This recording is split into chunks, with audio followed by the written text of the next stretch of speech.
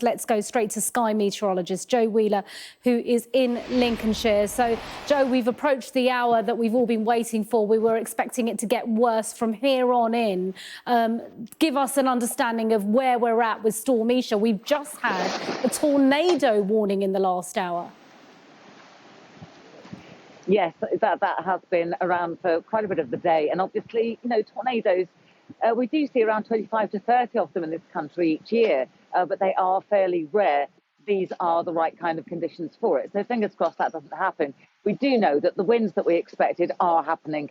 We've seen gusts in excess of 50 miles per hour in many locations, and we've already seen one location that has seen gusts of 90 miles per hour. So there are some very, very strong winds around. Ironically, the centre of the storm is very close to Scotland at the moment. So places like Aviemore, they've actually got no wind at all. But that will change because the centre of that low is crossing, and that's why we're seeing these stronger winds move as we go through this evening and overnight.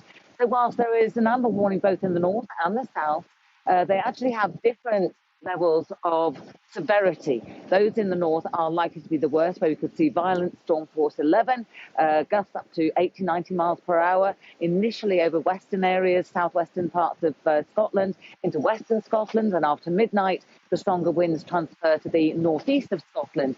But also we see two little rain belts come south, and with those we'll see some very strong winds coming into southern areas too, and likely to be hanging around the southeast around the dawn tomorrow.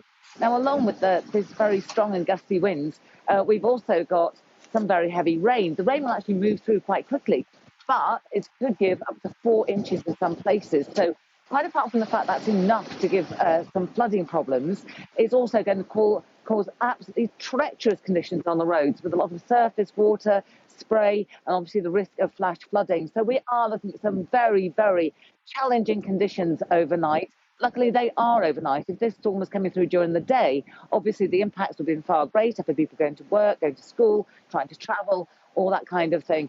Hopefully, a lot of what happens after dark, shouldn't be too impactful. But we will wake up to another windy day tomorrow. And of course, there is yet another storm scheduled for Tuesday.